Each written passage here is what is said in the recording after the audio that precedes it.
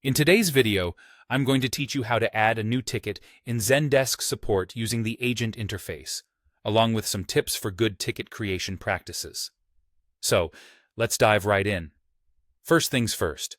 Before we get started, make sure you're signed in as either an agent or an administrator in Zendesk support.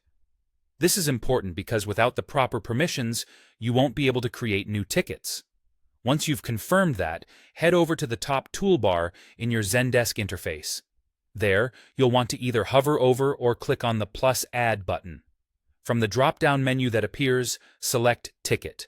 This will lead you to the vital New Ticket screen, which is where all the action happens. Next, it's time to fill in the required fields. Let's start with the Requester field. If the customer already exists in the system, you can simply type in their name or email address. This associates the ticket directly with their profile and makes future interactions seamless. Following that, you'll need to input a subject. Think of this as a short summary of the issue.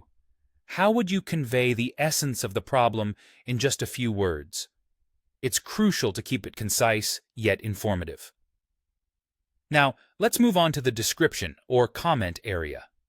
This section is your opportunity to elaborate on the customer's request or issue. Think of it as the initial public comment that sets the scene for anyone else involved in handling the ticket. Be detailed and clear about the customer's issue or request, because this will help not only you, but anyone who may work on this ticket later to understand the context without any guesswork. At this point, depending on your company's setup and preferences, you might have additional fields to fill in.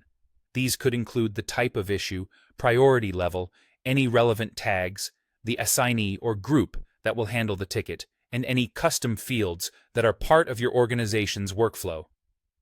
Each of these fields plays a role in how tickets are managed, routed, and prioritized, so fill them in thoughtfully. If you have any relevant files, such as screenshots or log files, you can attach those to the ticket as well.